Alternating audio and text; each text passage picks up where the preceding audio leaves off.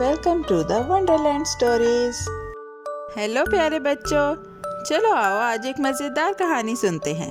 ایک دفعہ کی بات ہے، گاؤں کے کنارے ایک چھوٹے دھوپ بھرے گھر میں ایک مہربان دادی نور رہتی تھی۔ ان کے گھر کے پچھلے صحن میں ایک چھوٹی بھوری مرغی تھی جس کی آنکھیں چمکدار اور نرم تھیں۔ ہر صبح جب آسمان گلابی ہو جاتا، مرغی اپنے نرم گھونسلے میں جا کر ایک گرم انڈا چھوڑ دیتی۔ دادی نور اسے ہتھیلی میں پکڑ کر اس کی ہلکی سی گرمی محسوس کرتی اور سرگوشی کرتی، شکریہ پیاری مرغی۔ وہ انڈے ہر طرح سے پسند کرتی تھیں، ابلے، ہلکے پھینٹے ہوئے اور کبھی کبھی پین کیکس میں، اور روز ایک اچھا انڈا ان کے لیے خوشی کا تحفہ ہوتا تھا۔ ہر صبح جب آسمان گلابی رنگ میں ڈھلتا، پپ گھونسلے میں چھلانگ لگا کر بیٹھ جاتی۔ صبح بخیر پپ، دادی نور گاتی تھی اور ایک انڈا اپنے ہاتھوں میں لے کر اسے خزانے کی طرح سنبھالتی تھی۔ ایک ہی کافی ہے، وہ اپنے آپ سے کہتی، حالانکہ ان کی آنکھوں میں ناشتے کے خیال چمکتے تھے۔ Pancakes, omelette, custard. پپ اپنے پروں پھیلا کر فخر محسوس کرتی۔ پک پک، مدد کرنے میں خوش ہوں میں، پپ کڑکڑاتی۔ باغ کے پرندے باڑ پر خوشی سے چہچہاتے اور ہوا کپڑوں کے لائن کے اوپر نرم سرگوشیاں کرتی، عام صبحوں کو چھوٹی خوشیوں کی ریلی بنا دیتی۔ مگر وہ ہلکی ہوا والا سوال دادی نور کے ذہن میں پتنگ کی طرح گھومنے لگا۔ کیا اگر دو ہوں؟ وہ سوچیں کہ اضافی انڈے پڑوسیوں کے ساتھ بانٹ کر اسکول میلے کے لیے سنہری کیک بنا سکتی ہیں۔ شاید اگر میں پپ کو زیادہ دانہ دوں تو وہ زیادہ طاقتور ہو کر 2 انڈے دے سکے گی۔ دادی نور نے مہربانی سے سوچا۔ انہوں نے دانے کا ایک بڑا ڈھیر پیالے میں ڈال دیا۔ پلنک پلنک، ہر دانہ جیسے چھوٹا ستارہ چمک رہا ہو۔ پپ خوشی سے چونچے مارتی۔ ارے واہ، یہ تو بہت سارا کھانا ہے، وہ ککڑائی، اور دانے کا پیالہ خوشی کے ساتھ جھنکار اٹھا۔ دن گزرتے گئے اور پپ پیاری سی گول ہو گئی، جیسے پر والا چھوٹا گدھا۔ وہ اچھلنے کی بجائے آہستہ آہستہ چلنے لگی اور جیسمین کے نیچے سائے میں لمبی نیندیں لینے لگی۔ مجھے بہت آرام آ رہا ہے، پپ نے اپنے پروں سے اپنے پیٹ کو تھپ تھپایا۔ چڑیاں سرگوشی کر رہی تھیں۔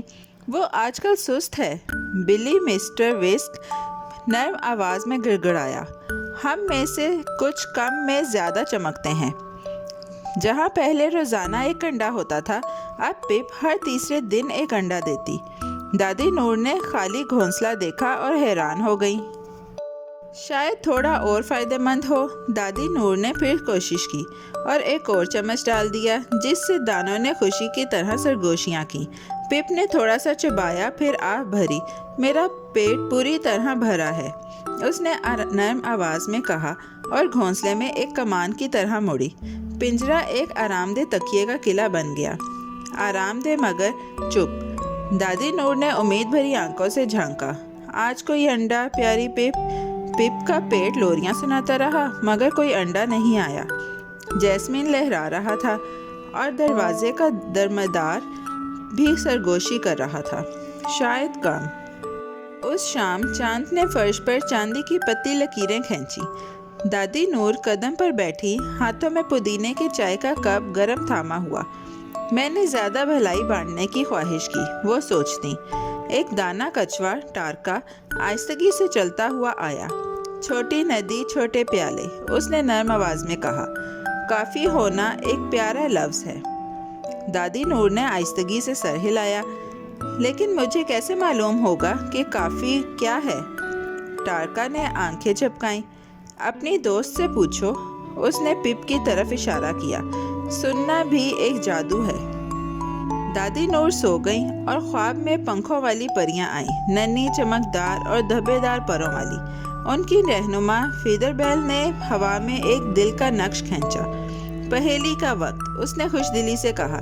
میں ایک ایسی چیز ہوں جو بانٹنے سے بڑی ہوتی ہے اور خود غرضی سے چھوٹی ہو جاتی ہے۔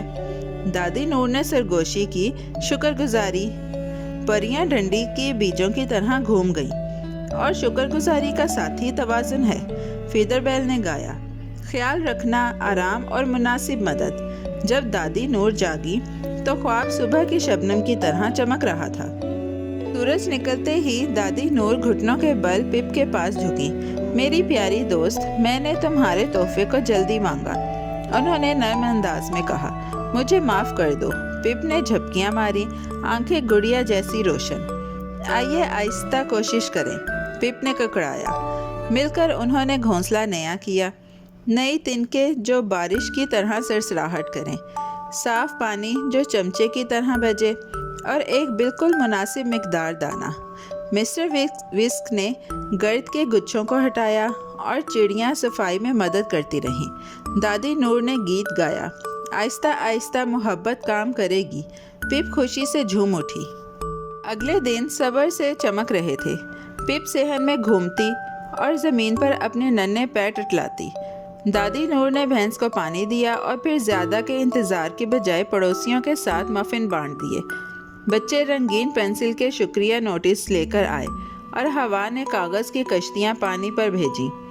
تمہیں کیسا محسوس ہوتا ہے؟ دادی نور ہر شام پوچھتی۔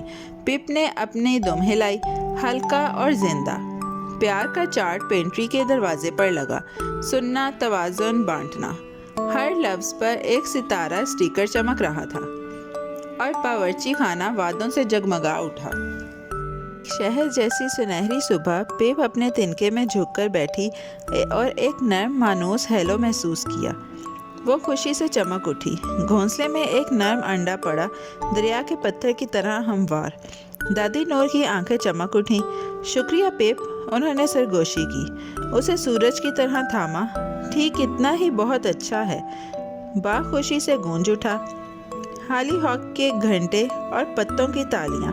انہوں نے دوستوں کے لیے پین کیکس بنائے، اوپر سے دل جیسی شکل کے بیٹ رکھے۔ بہترین ناشتے، دادی نور نے کہا، صبر کے ذائقے کے ساتھ۔ دادی نور نے ایک کافی میٹر بنایا، رنگا رنگ چمچ جس پر مسکراتے چہرے درج تھے۔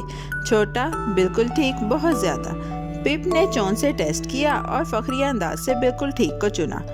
فیدر بیل دھوپ کی کرن پر تیرتی ہوئی آئی۔ متوازن دل بہادری سے دھڑکتے ہیں، اس نے کہا۔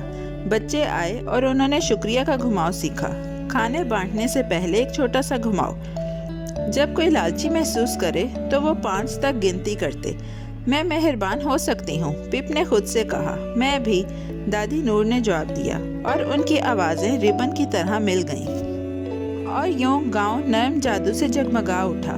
ایک مناسب چمچ، ایک گرم انڈا، اور ہر بار ایک خوش دن۔ دادی نور اور پپ اکٹھے سمجھدار ہوئے۔ اچھے ارادے رکھنا، غور سے سننا، اور کافی کا جشن منانا۔ فیدر بیل کھڑکی سے مسکرائی اور ٹارکا آہستہ آہستہ سر ہلایا جیسے نرم ڈھول۔ سبق آسمان کی طرح روشن ہوا۔ شکر گزاری اور توازن اچھے چیزوں کو بڑھاتے ہیں۔ مل کر کام کرنے سے خواب پورے ہوتے ہیں۔ اور یاد رکھو، بہادر دل اور مہربان الفاظ دنیا کو بہتر بناتے ہیں۔ میرے بچوں، کیسی لگی آپ کو یہ کہانی؟ ایسی ہی مزیدار کہانیاں سننے کے لیے ہمارے چینل کو لائک، سبسکرائب اور شیئر کرنا مت بھولیے گا۔ Bye bye.